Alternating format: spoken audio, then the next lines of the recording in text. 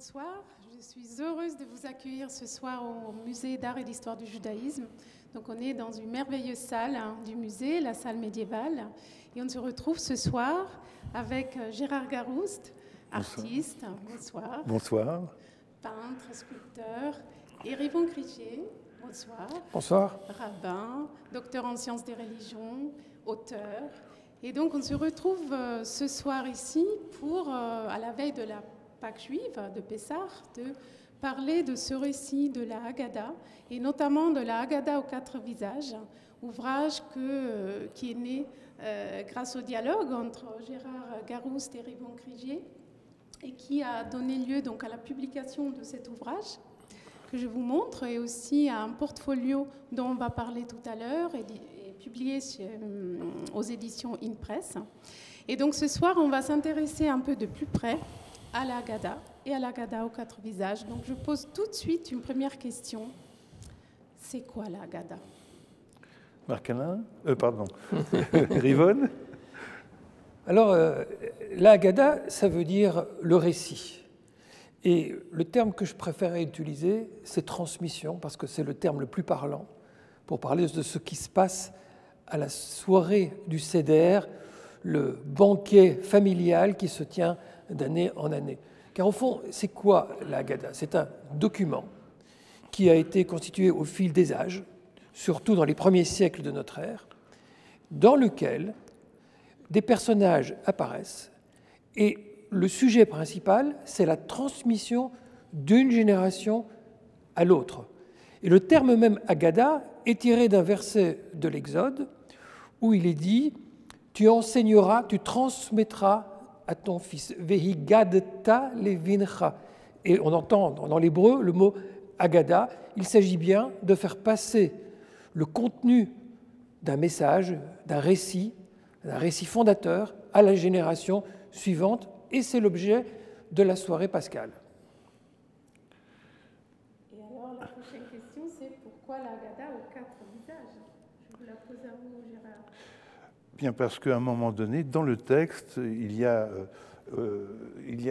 des questions qui sont posées et on imagine 4 enfants qui ont tous les 4 un caractère différent. Mais en fait, on pourrait presque dire que c'est une manière pour un enfant de poser 4 questions. Il y a dans les 4 enfants, il y a celui qui ne pose pas de questions, il y a celui qui pose des bonnes questions. C'est tout l'art de poser des questions, en fait. Mais vous savez, il y a une chose, quand on parle de ce récit, moi je trouve qu'il y a une chose qui est très importante. C'est que cette sortie d'Égypte, c'est une fête. Donc on pourrait imaginer que cette célébration, ça soit des prières, par exemple. On fête ça par des prières. Et là, ce qui est important, c'est 2 choses. D'une part, c'est ce que disait Rivon, c'est que ça se raconte, c'est un récit, c'est-à-dire toute l'importance de quelque chose qui se raconte et qui va devenir une identité. Et puis la deuxième chose, c'est que quand même c'est étonnant que ce récit, cet ordre, ça tourne autour d'un repas, ça organise un repas. Et ça, c'est très particulier et c'est en même temps très familial, c'est très intime et en même temps très universel. Je trouve ça très important. Maintenant, sur les 4 enfants, Rivon a des choses à dire. Alors, j'ai des choses à dire parce que je voudrais dire d'abord le bonheur que j'ai eu de travailler à ce projet avec Gérard et d'avoir une coopération à la fois amicale et puis un dialogue sur le contenu et la dimension artistique, la touche artistique que Gérard a bien voulu y apporter.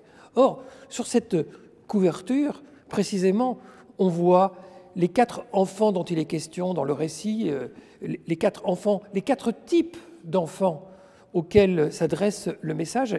Et Gérard a de manière absolument remarquable réussi, je pense, à cerner à travers sa peinture les intentions du Midrash, c'est-à-dire du récit qui présente les 4 enfants. Alors, j'aurais peut-être pas la possibilité de les expliquer tous, mais regardez comme la figure du rebelle, hein, celui qu'on appelle le rachat, qu'on appelle souvent le méchant, mais que je préfère appeler le rebelle, est intéressante, parce que il a un double visage.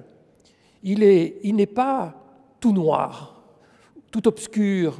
Il est à la fois du côté de la lumière et de l'obscurité, et il regarde dans les deux sens. C'est en réalité un enfant qui est présent à la table, mais qui n'entend pas le message, qui refuse de le recevoir. Il a ses objections ou son mal-être avec son identité. Et on peut rentrer en dialogue avec lui parce que précisément, il a cette double dimension. Et c'est un personnage intelligent, c'est un personnage intéressant qui a du discernement. On aurait pu présenter quelqu'un de diabolique, et ce n'est pas du tout le cas. Il est présent et il regarde de tous les côtés. Si on l'oppose au sage, eh bien justement, l'intérêt de ce personnage du sage, c'est qu'il apparaît beaucoup plus studieux, il apparaît moins dispersé, plus concentré. Il a devant lui le livre, et le livre, par excellence, c'est l'objet essentiel du judaïsme. Il a même la lumière. On pourrait dire qu'il a tout pour être un sage. Et pourtant, on voit bien à quel point il est enfermé dans son monde, comment il est dans un monde obscur. On a l'impression qu'il est dans une tour d'ivoire.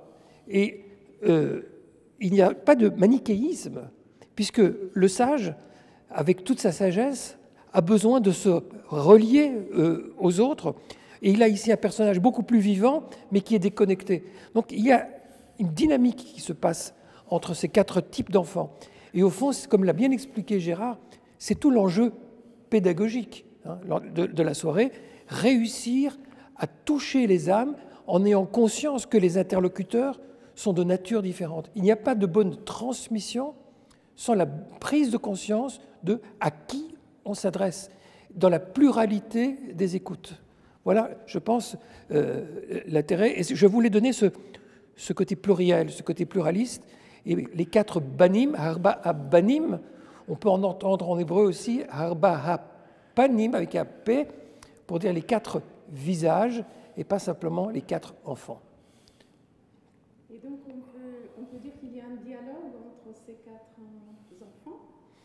Alors, Gérard les fait dialoguer entre eux par leur visage, leur manière de poser le regard les uns avec les autres. On pourrait commenter le regard que chacun d'entre eux a. Au moment de la soirée, le dialogue se fait d'une génération à l'autre. C'est la charge des parents d'enseigner aux enfants. Mais la grande difficulté, c'est que les parents sont souvent démunis. Ils sont désarmés.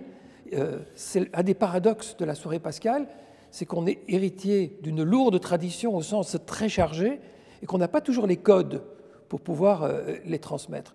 Donc, en réalité, les quatre visages, ce sont aussi les visages des parents qui ont besoin eux-mêmes de s'imprégner pour pouvoir, à leur tour, rendre, restituer le récit. Et la force de la peinture, c'est justement qu'elle habille et elle met en perspective cet exercice absolument capital au cœur de la soirée. Vous savez, un récit comme ça, il faut... ça se raconte, mais cette transmission, en fait, c'est un des rares livres avec des illustrations, avec des images. Donc, à un moment donné, c'est à la responsabilité est aux enfants. C'est à eux de commenter ces images. Tout d'un coup, il y a les parents qui font leurs commentaires, mais ces images, c'est pour ça que, personnellement, je suis un peintre figuratif, parce que ça raconte des histoires, et les images, c'est pas du texte, les images appartiennent aux enfants, et ils les interprètent comme ils le souhaitent. Et voilà, c'est une création, ils participent à cette création. Et vu que là on parle du dialogue et de la transmission, comment est né le dialogue entre vous pour arriver à cet ouvrage, et comment vos images et vos œuvres dialoguent avec le texte et avec les commentaires? Écoutez, c'est très simple.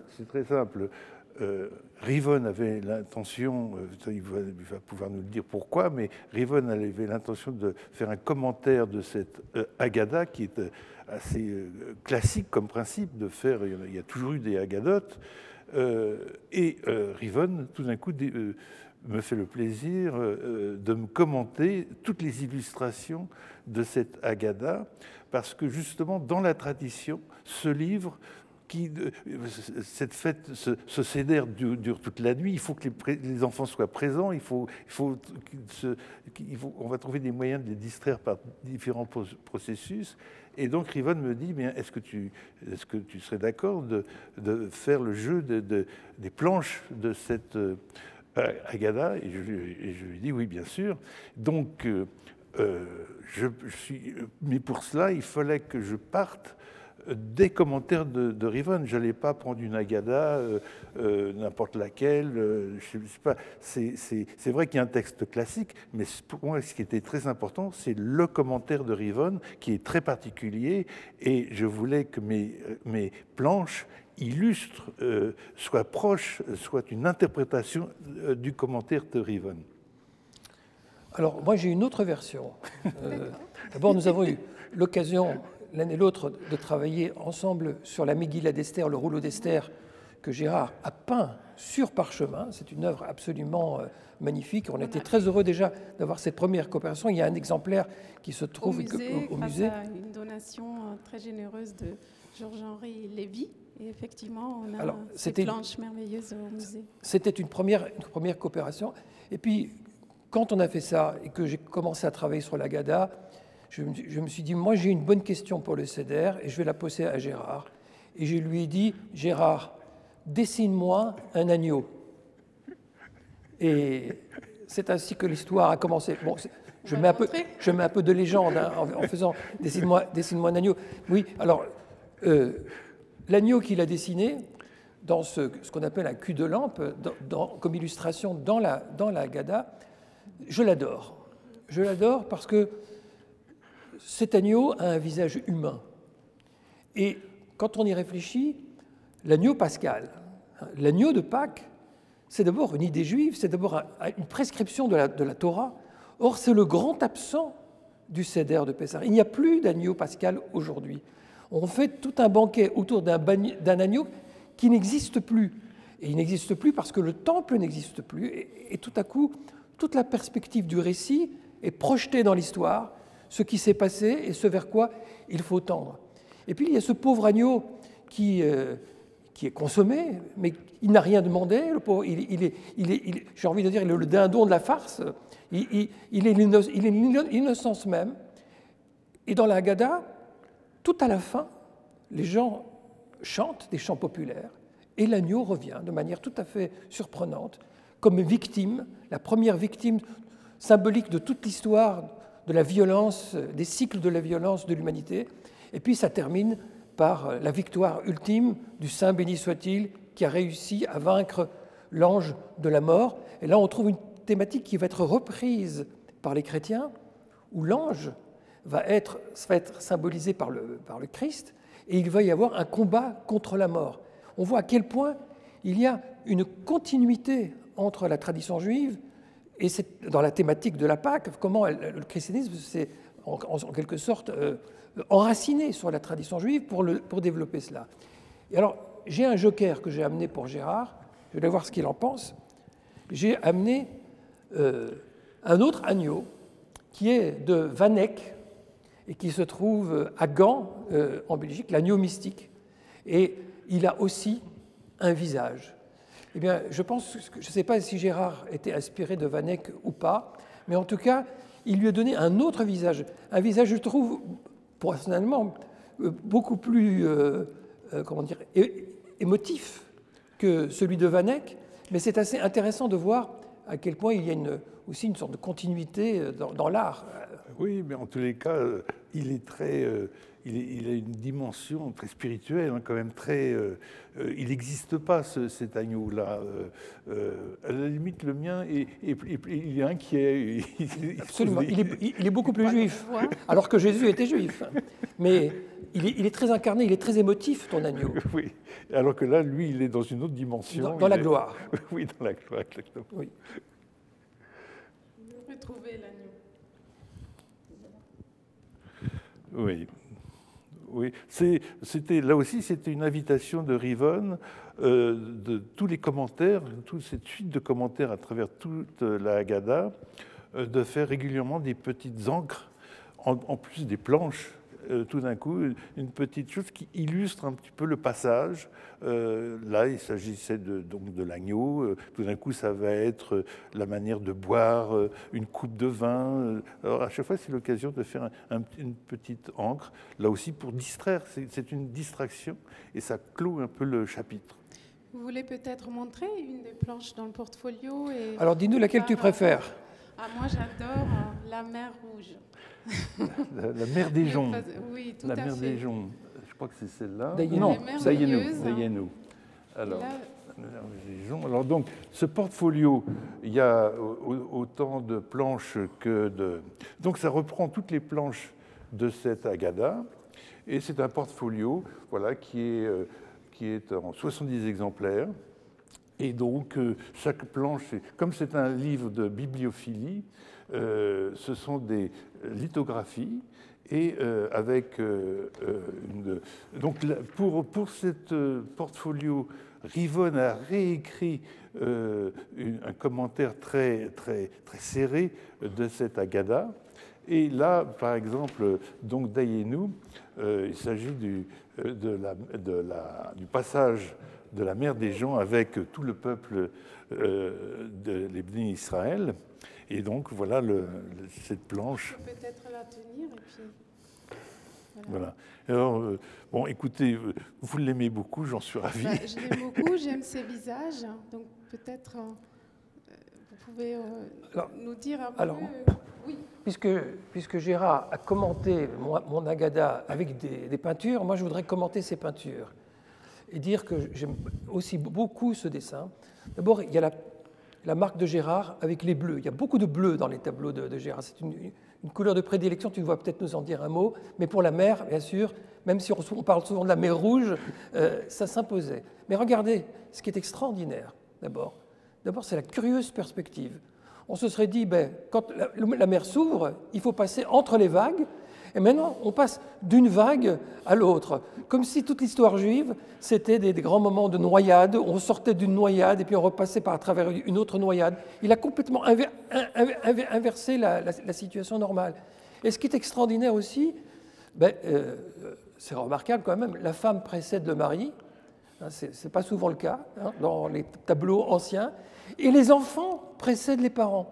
Et là, c'est vraiment un thème que je suppose Gérard a lu et qu'il a interprété, parce qu'un des thèmes de la fête de Pessah, c'est qu'on lit le prophète Malachi, et à la fin de le prophète Malachi, qui prépare à cette fête, il est dit que les enfants ramèneront les cœurs des parents vers eux. Donc les enfants jouent un rôle actif, ils jouent un rôle de pionnier. Et même les femmes jouent un rôle très important dans la fête de Pessah, même sur un plan strictement juridique, elles ont les mêmes obligations que les hommes. Donc ce tableau est très parlant du point de vue de la tradition. Et peut-être aussi on peut dire que l'Haggadah, c'est quand même un texte très ancien, mais en même temps très présent, très actuel, et on retrouve ça aussi dans la manière justement où il y a les enfants qui précèdent les parents, donc il y a ce regard vers le futur, mais en même temps il y a le passé qui est présent, et je trouve que c'est aussi ça la force de cette image, et ça en dit beaucoup aussi du récit de la Pâque, qui est finalement un texte hors du temps. Oui, parce qu'on peut dire ça. Il y a 3 générations, il y a les enfants, les parents et les grands-parents, enfin le grand-père ou la grand-mère. Il y a une idée là encore de transmission à travers toute une famille. Oui, alors ce qui est intéressant aussi, c'est qu'ils ont l'air assurés, ils ont l'air souriants, ils marchent d'un pas ferme, c'est très glorieux, et c'est le cas dans le récit, mais si on observe bien, ils marchent sur un pont étroit, sur une passerelle. Donc il y a une sorte de demi-teinte ici pour nous dire attention, la gloire, il faut quand même savoir où on met les pieds, il y a quand même une attention. Et cette notion de passage sur un pont étroit, c'est un thème très, très au cœur de la tradition juive, notamment dans le chassidisme, avec Rabbi Nachman de Bratslav, qui dit que toute la vie ressemble à un passage sur un pont étroit. Rivonne, là, souligne quelque chose d'important, tout simplement dans la peinture et dans l'interprétation qu'on peut faire d'un tableau. C'est-à-dire un peintre, voilà, selon son inspiration, fait quelque chose. Moi, il s'agit de faire une image sur le passage de cette mer Dijon, j'avais une idée très précise, mais à un moment donné, c'est comme si c'était le sujet qui partait sans moi, c'est-à-dire ce qu'il y a peut-être d'essentiel dans cette peinture, je n'en suis pas conscient, et c'est celui qui regarde l'œuvre qui voit autre chose que celui qui l'a fait. Cette idée de passerelle extrêmement délicate, ben ça, c'est l'interprétation de Rivonne qui est plus juste que la mienne, parce que elle lui appartient. Cette image appartient à Rivonne. Moi, qui l'ai fait, pour moi, je voulais souligner, c'était simplement un trait comme on souligne un texte. Vous voyez, d'une part, je n'ai pas pensé une seconde à une passerelle, à un pont ou quoi que ce soit, mais mon interprétation n'a aucune importance. Ce qui compte, c'est celle de Rivonne. Parce que Gérard n'est pas simplement peintre, il est aussi prophète et voyant. Donc il y a des choses qu'il dit et qui dépassent son propre regard. Mais donc on peut dire que toutes ces œuvres sont nées vraiment grâce à un dialogue très fécond entre le texte, et l'image, mais entre vous, entre Gérard et Rivonne, avec un dialogue constant. Est-ce que pendant la création, vous avez, par exemple, j'attendais des esquisses, des dessins? Est-ce que vous pouvez J'attendais, avant de commencer quoi que ce soit. Bon, je savais bien, pour avoir pratiqué plusieurs fois le Seder de Pâques, je savais ce que c'était qu'on allait faire ce dîner pascal, etc. Maintenant, j'attendais, je n'ai rien commencé avant les commentaires de Rivonne. Et puis Rivonne m'a petit à petit donné ses commentaires. Et là, j'ai pu commencer à faire des planches, des essais, ça demande des gouaches, etc. Et après, je les ai redonnés à Rivonne pour savoir comment lui, il les vivait par rapport à son texte lui-même. C'est là où c'est un dialogue. Mais il fallait que moi je parte de son commentaire, mais il fallait aussi que ça plaise à Rivonne. Il fallait qu'il se sente bien dans mes images. Voilà. Donc vous l'avez vraiment intégré dans le processus de création. Ah ben bien sûr, mais moi, vous savez, je considère que le peintre, c'est le côté médium au sens propre, c'est-à-dire un entre-deux, c'est-à-dire moi je ne fais que transposer un sujet et puis à un moment donné, même pour moi, le sujet, j'en suis pas le propriétaire, il appartient encore une fois, un tableau appartient à celui qui le regarde. Donc ce qui compte, c'est comment Rivonne se sent à l'aise avec ses planches. Oui, je voudrais préciser que je n'ai fait aucune censure. Mais c'est vrai que Gérard m'a donné la possibilité de les regarder et me dire « Est-ce que ça colle? Est-ce que tu te sens à l'aise avec ça ?» Et puis à un moment, je lui ai demandé « Tiens, mais Gérard, il y a un personnage qui s'accoude là. Est-ce que c'est fait exprès que tu l'as fait être accoudé sur le bras droit ?» Parce que la tradition, c'est qu'on s'accoude plutôt sur le bras gauche. Alors j'expliquerai peut-être ce qui est en jeu derrière ça. Et alors Gérard m'a dit « Ah non, bah, peut-être qu'il l'a peint à travers un miroir, je ne sais pas. » Et finalement, alors, c'est drôle il a décidé de changer le sens de l'image. Dans le texte de Rivonne, tout d'un coup, il souligne Rivonne fait un commentaire sur le fait Motsi Matsa, hein, c'est ça, Motsi Matsa, c'est-à-dire l'invité à cette table présente une matza et il est accoudé. Alors, la manière dont il est accoudé est extrêmement importante. Et moi, je l'avais, donc hop, je pars dans ce côté accoudé qui est un peu comme les Romains à table qui étaient accoudés mais il était complètement dans l'autre sens. C'est-à-dire que là, visiblement, c'est le bras droit qui vient Or, le dessin que j'avais présenté à Rivon, la gouache que j'avais présentée à Rivon, c'était le bras droit qui était accoudé. Et Rivon me dit « Ah mais non, tu n'y es pas du tout, tu n'y es pas du tout. C'est le contraire. Avant, il fallait que je refasse cette planche. » Alors, moi, personnellement, j'étais ravi parce que je suis gaucher. Et quand on est gaucher, on a le droit d'inverser les choses. Mais c'est vrai que traditionnellement, c'est le coude gauche, comme on le voit ici, qui est accoudé. Pourquoi? C'est intéressant de le comprendre parce que ça permet de replacer le banquet dans son contexte originel. En fait, quand la Haggadah a été conçue, le symposium de la Haggadah, on s'est fondé sur le banquet hellénistique, les pratiques hellénistiques. Or, comment était-on installé dans les banquets? Sur des espèces de banquettes. Et on était en position semi-allongée. Et non pas comme aujourd'hui, comme l'on croit souvent, qu'on est à la table et on met le coude sur la table. Et la raison pour laquelle c'est le bras droit qui était libre, c'est parce que c'est avec le bras droit qu'on mangeait, puisque les gens, la plupart, étaient droitiers, la majorité. Et donc, ils s'appuyaient avec le côté gauche pour manger les aliments rituellement, puisque n'oublions pas, c'est un repas rituel. Et là, ce à quoi on assiste, c'est la présentation de la fameuse matzah, c'est-à-dire le pain azim, le pain qui n'est pas levé, et qui est un symbole d'humilité, symbole aussi de la création d'un pain de précipitation, qui restitue l'atmosphère tout à fait singulière du départ précipité des enfants d'Israël hors de l'Égypte. Et à ce moment-là, il y a la nécessité de prendre cette posture d'accoudement, parce que c'est la posture justement de ceux et celles qui, dans les banquets, étaient des individus libres. Les esclaves ne pouvaient pas être en position semi-allongée. Le soir de Pessah, tous ceux qui sont présents, y compris les esclaves, et y compris les femmes, et ça, ce n'était pas joué non plus pour cette époque, étaient semi-allongés et étaient accoudés, et c'est le symbole de la liberté par excellence. Et donc, vu qu'on a parlé de ma planche préférée, il y a Rivon aussi qui a une planche préférée, je pense, n'est-ce pas? Alors, moi, ma planche préférée, c'est celle de la couverture, mais on en a déjà dit un mot. Alors, je vais mais il y en avait une autre. Je vais en choisir une autre. Oui.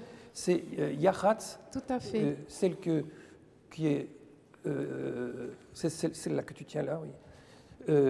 C'est une planche qui illustre une phase, parce que tout au long du Seder, tout au long du protocole de la soirée pascale, il y a différentes étapes. Et d'ailleurs, la plupart des peintures de Gérard, c'est un choix qu'il a fait, peignent les étapes rituelles qui scandent la soirée.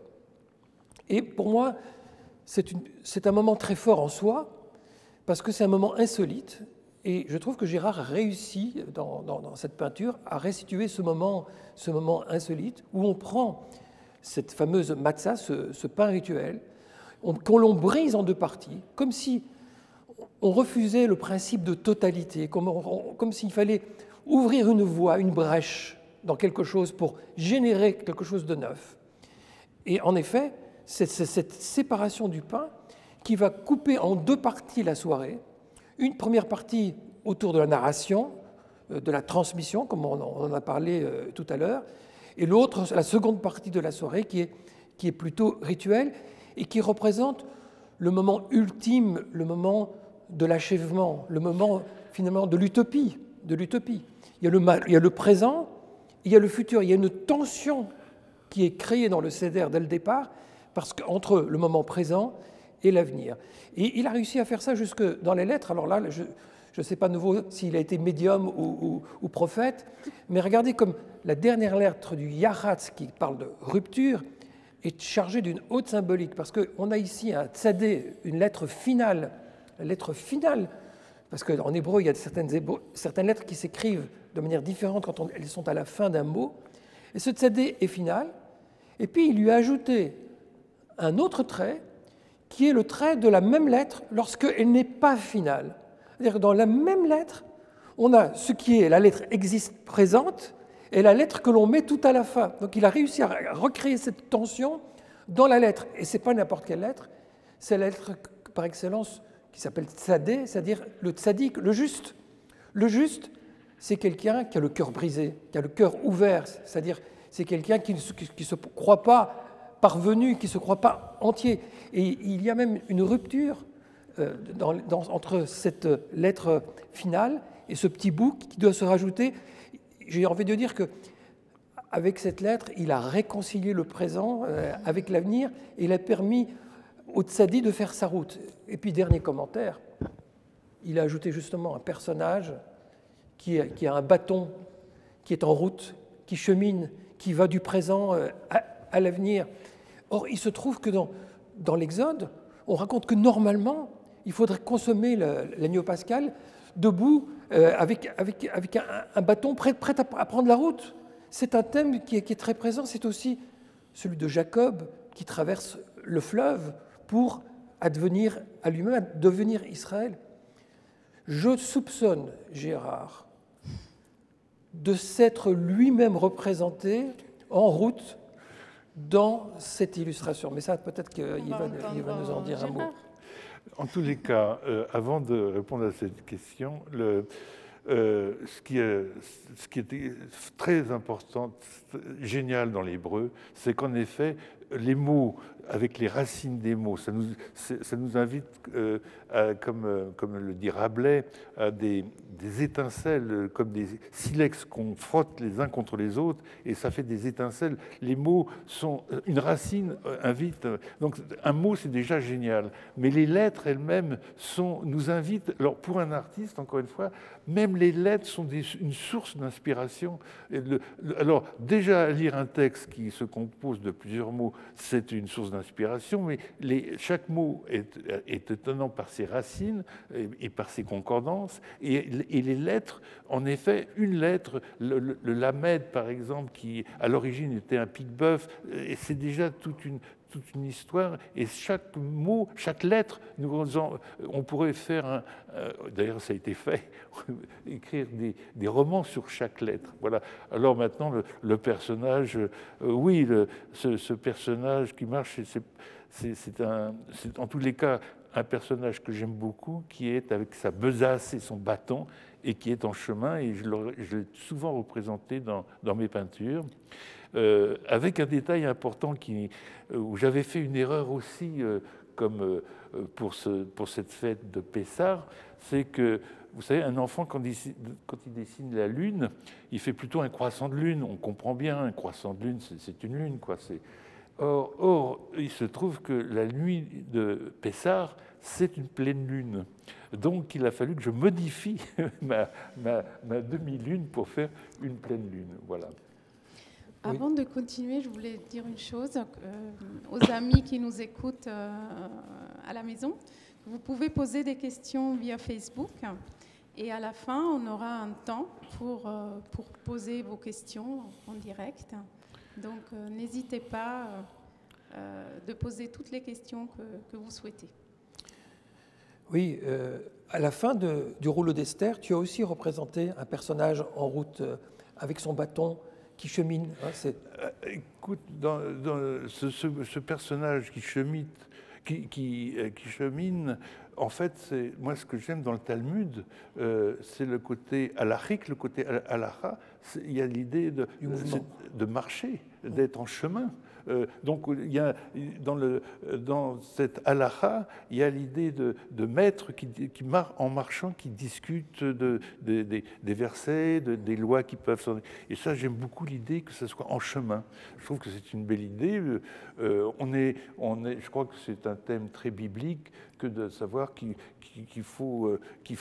c'est très lié à la notion d'éveil, être en chemin. On n'est pas là pour... On n'est pas là pour se reposer, on est là pour bouger, pour créer, pour changer les choses, pour imaginer un petit peu, être du côté anticiper sur l'avenir. Tout ça, il y a tout ça dans l'idée de marcher. Et alors, c'est pas, on dit, un jour j'ai montré ces planches avec à une personne qui m'a dit, mais alors, écoutez, si je peux me permettre un détail, ce personnage-là, avec son bâton et sa besace, j'ai fait une dépression nerveuse qui a duré 10 ans. Et la seule chose que j'ai fait en 10 ans, c'est un seul tableau, qui représentait un personnage avec une besace et un bâton. Et un jour, quelqu'un qui m'a dit, mais c'est quoi? C'est pas ça le thème du juif errant? Alors je ne sais pas ce que c'est ce thème du juif errant finalement. Est-ce qu'il y a quelque chose de très qui est très lié à une tradition ashkénaze, ou qu'est-ce que c'est cette tradition du... La légende du juif errant, c'est surtout une légende qui considère que le juif est maudit pour ne pas avoir Donc c'est antisémite au départ, oui, pour ne pas avoir reconnu le Christ. C'est une sorte de condamnation à travers les âges. Mais en réalité, nous devons prendre ça comme un compliment, parce que errer, c'est aussi être en chemin, advenir. Et aujourd'hui même, l'Église reprend cette image de l'itinérance comme quelque chose qui est absolument valorisant. On n'est plus, à l'âge moderne, dans des vérités définitives. Et tout l'intérêt de la Haggadah de Pessah, c'est qu'il y a un jeu de questions et de réponses. La soirée commence par des questions adressées par les enfants aux adultes. Et c'est ça qui crée le dynamisme. Quand une religion ne devient qu'un ensemble de réponses ou de dogmes, elle casse cette dynamique. Donc le but de la soirée, c'est de réouvrir les dossiers, non pas pour se contenter de la question, comme parfois certains juifs disent « Ah, le judaïsme, c'est la religion des questions ». Oui, mais pour chercher des réponses, pas pour simplement se questionner. Et c'est ce jeu-là qui crée le dynamisme et qu'il faut essayer de restituer dans la soirée. Et ne pas hésiter à sortir du texte. On peut s'arrêter un moment dans la soirée pascale, laisser la Haggadah de côté et permettre à la discussion franche de se tenir, parce que le but, c'est l'éveil. C'est l'éveil. Si je puis me permettre de donner une brève illustration, un des enfants, justement, qui est celui qui ne sait pas poser de questions, on se dit, mais comment on fait avec un enfant qui ne s'intéresse pas? On a tous ça comme problème, les professeurs ou les parents. Comment on fait quand quelqu'un dit « ça ne m'intéresse pas » Il faut aller le chercher, il faut essayer de l'éveiller, il faut essayer de lui montrer des objets insolites. Il y a beaucoup d'objets insolites sur la table du Seder. Notamment, il y a des herbes amères. Pourquoi elles sont amères? C'est autour de ces questions, parfois, qui semblent très concrètes, que s'éveillent des questionnements qui, de fil en aiguille, nous amènent à des questions métaphysiques ou des questions existentielles. Et là, voilà, on voit cet enfant qui, tout d'un coup, regarde les objets et sa curiosité s'éveille. Il y a ces pins étranges qui ne sont pas les pins courants, il y a ces herbes, et puis il y a la fameuse lune. On fait ça en un temps bien particulier, qui est celui où la lune est pleine, et on va pouvoir se préparer pendant la nuit grâce à cette lumière naturelle. Et si on revient... Pardon. Oui, non, vous savez, c'est drôle parce que la lune, on la voit tous les soirs, c'est une chose extrêmement banale, on s'y intéresse finalement pas du tout.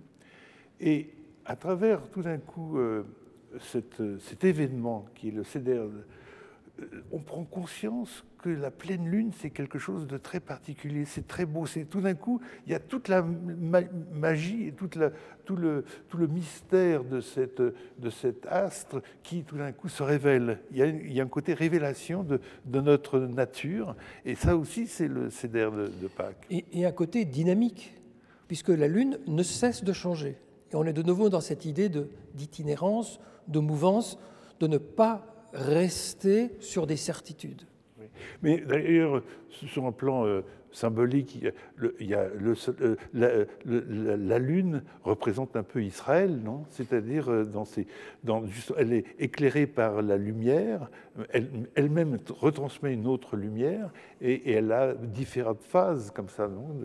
Oui, c'est effectivement dans la large symbolique juive, la Lune a souvent représenté le peuple juif, parce que d'abord, l'astre est parfois effacé, et puis il retrouve vigueur, et il se réaffirme dans l'histoire. Et il y a une légende juive qui dit qu'un jour, la lune retrouvera sa taille normale, celle qu'elle a perdue au temps d'origine. Donc il y a un rêve de recouvrement aussi d'un peuple qui, nous ne l'oublions pas, a été exilé pendant si longtemps. Donc cette dynamique-là, effectivement, elle est au cœur de la tradition. C'est celle de Jacob aussi, qui doit s'exiler et qui revient avec son bâton vers la terre d'Israël. Et si on revient à la Haggadah aux 4 visages, comment lit-on cet ouvrage? Il y a un titre là, il y a un titre là, on peut commencer dès le début ici, dès le début, donc expliquez-nous un peu. Alors, comme je vous l'ai dit, le premier enjeu didactique, c'est de dérouter les lecteurs. Quand on tient ce livre, on ne sait pas s'il commence à l'endroit ou à l'envers, parce qu'il y a un titre de chaque côté. Ben, le secret est simple, c'est qu'on a du côté hébraïque, qu'on tient de cette façon-là, le protocole de la soirée, étape après étape, avec explication, avec le texte hébreu, avec la traduction. Et de temps en temps, bien sûr, les culs de lampe qui illustrent de Gérard, et même des questions pour ceux qui ne posent pas de questions, qui lisent le texte et passent à côté de ce qu'il a de stimulant. Et donc, on peut, entre guillemets, en toute simplicité, suivre le protocole de A à Z et tirer beaucoup de significations de la soirée. Et puis pour ceux qui s'identifient soit aux sages parce qu'ils veulent en savoir plus, soit aux rebelles parce qu'il est contestataire, il y a l'autre partie qui est la partie commentaire, où là on étudie, on regarde les textes, les analyse, on regarde ce que signifient les mots et le thème est développé. Si un parent, par exemple, a envie d'enseigner quelque chose le soir du Seder, il va choisir un élément, une rubrique qui le titille particulièrement. Et le soir du Seder, il dit voilà, cette année-ci, je voudrais vous parler de ça, les questions que ça m'a posées, les textes que j'ai vus, et parlons-en, discutons-en. Et l'intérêt, évidemment, c'est que l'Assemblée a les textes sous les yeux et peut donc juger sur pièce, réfléchir et pas simplement consommer ou être passif au moment de l'enseignement. Il y a votre texte, votre commentaire, auquel vous avez donné le titre de Le saveur de l'azim. C'est un titre très beau, très poétique. Le texte est merveilleux, je trouve. Donc, est-ce que vous pouvez nous en dire un peu plus sur ce titre, déjà, qui recèle beaucoup? Mais le titre, c'est d'abord le paradoxe de la soirée pascale. On est censé donner beaucoup de sens et on mange un pain qui est particulièrement fade et sans goût. Donc, qu'est-ce qu'on fait? Comment on donne de la signification? Et toute l'idée, c'est que le goût de ce pain ne va pas être le goût matériel, mais le goût des échanges, la richesse des échanges qui vont se tenir autour de la table, l'étude qui va se mener dans intergénérationnel. Et tout à coup, après toute cette imprégnation de l'humanité qui va se dégager au cours de la soirée, quand on va manger rituellement les aliments, ils n'auront pas la simple saveur purement matérielle ou naturelle. Et la saveur de l'azim, c'est précisément la signification qu'on va mettre dans les choses, dans la vie. En hébreu, c'est le même mot. Le mot ta'am signifie le goût, la saveur, mais aussi le sens, la signification. Donc je joue sur ce double sens. Sur ce double sens. C'est un peu comme si, du désert, la première saveur, il y a peut-être qu'est-ce qu'on peut manger. C'est même pas la manne, c'est pas loin, mais c'est qu'est-ce qui peut émerger du désert qui peut être cette miette que l'on peut manger. Mais en même temps, je trouve que bien sûr, la manne n'est pas loin non plus. Cette manne qui est l'aliment de questions. En soi, la manne évoque la question. Donc déjà, devant cette matzah, on se pose des questions. Et à un moment donné, il y a ce moment très très ludique et très important pour les enfants. C'est la fille commune, c'est ça? Oui. C'est-à-dire, on casse la matzah, on l'enfouit. On enfouit, et les enfants doivent trouver. Donc il y a toute cette recherche, c'est de l'ordre du questionnement, et puis avec l'idée de récompense, et c'est une manière d'éveiller les enfants. Il faut pas on n'est pas là pour dormir maintenant, on est là pour chercher le sens des choses, et tout ça passe par un côté ludique. Et moi, je vis ça avec beaucoup d'émerveillement quand je vois les petits-enfants comme ça, comment ils participent. Oui, chercher ce qui est enfoui. Justement, le sens ne se donne pas spontanément. Il faut les creuser, il faut aller chercher, il faut dialoguer pour faire émerger le sens. On ne trouve pas seul le sens. On rentre en dialogue autour d'une table, mais aussi on convoque toutes les personnalités qui, à travers les âges, ont transmis des contenus, discutent les uns avec les autres, et on s'associe à leur débat.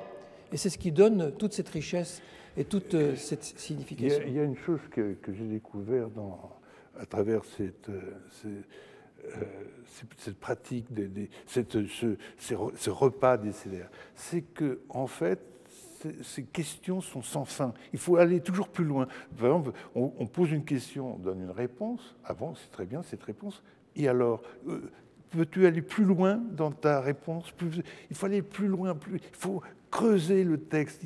On n'est jamais, on est en manque de sens. Il faut que le sens aille encore plus loin. Vous savez, on est en quête.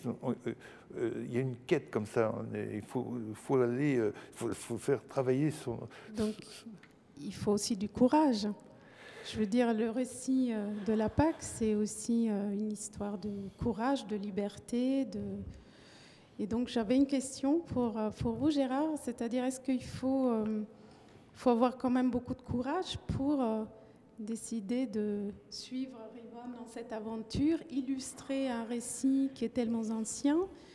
Donc, ça, déjà, c'est une question. Et puis, je voulais savoir aussi si vous aviez d'autres références artistiques, peut-être, qui vous ont inspiré pour cette œuvre. Et voilà, donc il y a deux questions dans ma question. Alors, vous savez, vous posez des questions à la fois sur le courage et puis par rapport à un texte. Courage par rapport à un texte. Alors, moi, ce que je peux vous dire, c'est que j'ai rencontré dans ma vie, par le hasard des choses, enfin pas par le hasard, mais j'ai eu finalement la chance de faire une psychanalyse qui a duré très très longtemps. Très longtemps, et j'en avais vraiment besoin parce que j'étais pas bien. Mais la psychanalyse a cette chose extraordinaire, c'est qu'elle passe précisément par le récit. On raconte, on se raconte, et finalement, on ose. Vous savez, dans une psychanalyse, vous êtes à la fois l'enquêteur, vous faites une enquête, vous êtes aussi l'assassin et vous êtes en même temps la victime. Mais vous êtes perdu dans tout ça. Et dans cet inconscient enfoui, il faut retrouver une espèce de confiance. Et là aussi, il y a un point commun avec tout simplement le fait de rentrer dans un récit comme ce repas qui est une fête de famille, c'est que derrière les choses les plus simples, il y a des secrets, mais ces secrets, il faut savoir, il faut oser les aborder avec tranquillité, parce que tout se dévoile, et derrière toutes les choses, elles peuvent être abordées avec beaucoup de sérénité, mais c'est toute une démarche que les parents par expérience, peuvent apprendre aux enfants. Alors, je peux vous interrompre une seconde, parce que de la régie, on m'envoie les questions que vous avez posées à la maison, que comme pour magie sont arrivées sur mon téléphone. Donc, je laisse peut-être Rivon terminer, et puis on va passer la parole à aux nombreux internautes. Je vais être court pour laisser place aux internautes. Mais quand vous avez parlé de courage, c'est bien c'est bien la dimension capitale, parce qu'on parle de liberté. Il n'y a pas de liberté sans courage. Il faut pouvoir justement s'émanciper, et on sait à quel point il faut lutter pour pouvoir obtenir la liberté. Ce que raconte le récit, c'est que le premier acte de courage des Hébreux, c'est d'avoir pris une idole égyptienne et de l'avoir abattue. C'était le fameux agneau qui était déifié dans l'Égypte. Pour pouvoir se libérer, il faut briser les idoles, il faut il faut casser les chaînes. Et ça demande beaucoup de courage, aussi de la perspicacité. On ne fait pas n'importe quoi. Mais je pense que la fête de Pessah, c'est une invitation au courage. Alors, il y a beaucoup de questions. Je prends la première. Les 4 visages ne correspondent-ils pas finalement à nos différentes facettes? Qui veut répondre? Sans aucun doute, si Gérard avait poursuivi son œuvre, il aurait fait peut-être encore un 5e enfant avec 4 facettes, parce que en chacun de nous gît un rebelle, aussi un sage, aussi quelqu'un qui ne sait pas poser de questions et quelqu'un qui est naïf et simple. Nous avons chacun tous ces visages, et les parents aussi, pas seulement les enfants. Une question pour vous, Gérard. L'homme au bâton et son viatique. 2 points. Une analogie avec la carte du tarot l'Hermine? Oui, mais vous savez, toutes ces images se recoupent en effet. Oui, bien sûr, mais encore une fois, je crois que ce personnage qui marche comme ça et qui, avec son bâton et sa canne, je ne me suis pas posé de questions quand je l'ai créé, c'était une sorte d'image évidente et je crois qu'elle venait de ma propre culture et peut-être que cette carte du tarot, je l'avais rencontrée, c'est possible. Le bâton, c'est à la fois un symbole de faiblesse, on s'appuie sur son bâton parce qu'on a un long chemin à parcourir, mais c'est aussi un symbole de liberté, de force. N'oublions pas que Moïse lève son bâton, Aaron, le frère de Moïse, lève le bâton, et c'est ainsi que Dieu donne pouvoir pour que la mer s'ouvre. Donc il y a tout dans ce bâton. Alors, dans la description que vous avez faite des 2 enfants, j'ai pensé à Isaac et Ismaël. Est-ce que vous voulez commenter ce commentaire? Alors, Isaac et Ismaël, ce sont les 2 frères rivaux, enfants d'Abraham et de Sarah. Et j'ai envie de dire, sans vouloir faire de la flagonnerie, qu'il faut absolument les mettre à table l'un avec l'autre quand on sait combien des peuples se sont identifiés à ces personnages. La fête de Pessah, c'est la fête du dialogue. Et donc, ça doit être une sorte d'avant-goût de la réconciliation. Alors oui, si on arrive à dialoguer avec des facettes différentes à l'intérieur du peuple d'Israël, on est en quelque sorte formé, ou censé être formé plus exactement, à être dans cette capacité de dialoguer. N'oublions jamais que la sortie d'Égypte, du point de vue de la tradition juive, c'est la libération singulière, particulariste du peuple, mais en vue d'une espérance qui est d'ordre universel. Alors, j'ai envie de dire, oui, Ismaël et Isaac, on aimerait bien qu'ils soient à la même table. Et après tout, ça a commencé, il faut que ça continue. Alors, il y a plusieurs félicitations, des compliments magnifiques, ces agneaux questionnants. Garouste, prophète et voyant.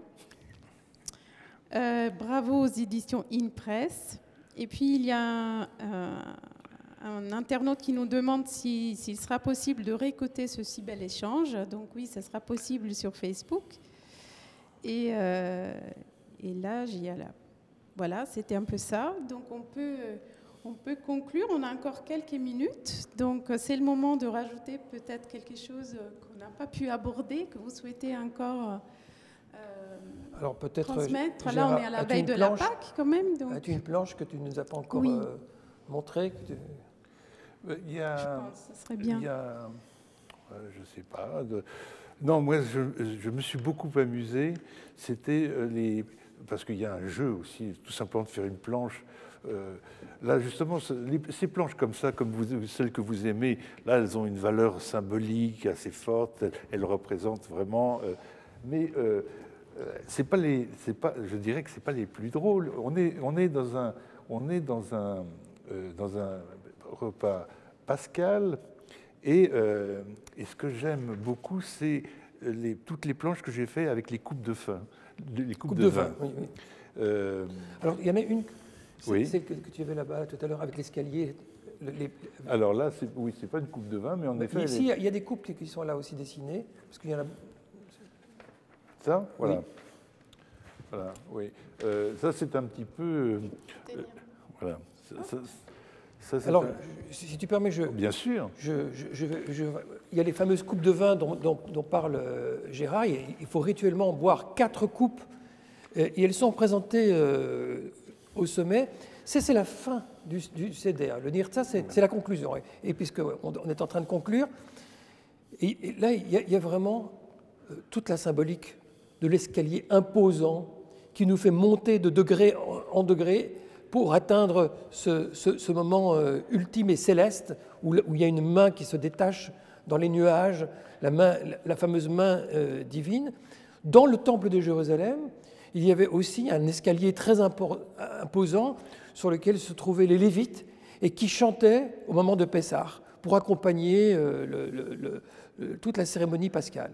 Et puis il y a cette idée universaliste de l'eau qui traverse. Là, je ne sais pas si Gérard y a pensé, ou c'est son sens prophétique. Mais dans les prophètes, on raconte que ce lieu, de ce temple-là, un jour émergeront des ruisseaux qui alimenteront les mers et quelque chose partira de Jérusalem dans sa dimension universelle. Donc c'est une sorte d'apothéose qui est dessinée là, une sorte de point d'orgue du symposium, du banquet pascal qu'il a su récapituler par cette image insolite, toujours très insolite dans les tableaux de Gérard, d'un escalier comme ça, isolé, mais qui nous conduit vers quelque chose qui est une sorte de repas entre les cieux et la terre. Oui, quelque chose, Gérard, écoutez, le mot de la fin, non, la proposition de Riven est une très belle conclusion, parce que moi, j'ai pensé aussi au pont, c'est-à-dire cette rivière, cette architecture évoque une sorte de pont, et j'aime bien l'idée du pont pour passer d'une rive à l'autre. C'est un thème que j'aime beaucoup, mais là, la conclusion de Riven était parfaite. Dans la planche. Donc, que dire? On n'a qu'à vous dire, on espère de vous retrouver bientôt au musée d'art et d'histoire du judaïsme. Donc, comme vous le savez, c'est la librairie qui est ouverte actuellement. Donc, on vous attend. Vous trouverez aussi la Haggadah aux 4 visages. Bientôt, il va faire beau. Donc, vous pourrez aussi venir dans la cour pour dialoguer, comme on l'a fait ce soir. C'était un très bel échange. Et je dois dire, c'était aussi très émouvant pour nous tous, je pense, d'être au musée, ici, dans une salle du musée qui est fermée depuis si longtemps maintenant. Donc, on vous attend bientôt, on espère. Et une chose que je voulais dire à la fin, j'avais bien aimé quand on a terminé sur le courage. On va dire que la fête de Pessah, c'est la fête du courage. Et donc, on va dire que c'est ça le mot de la fin. Au revoir. Au revoir. Merci. Au revoir. Merci. Merci. Merci à vous.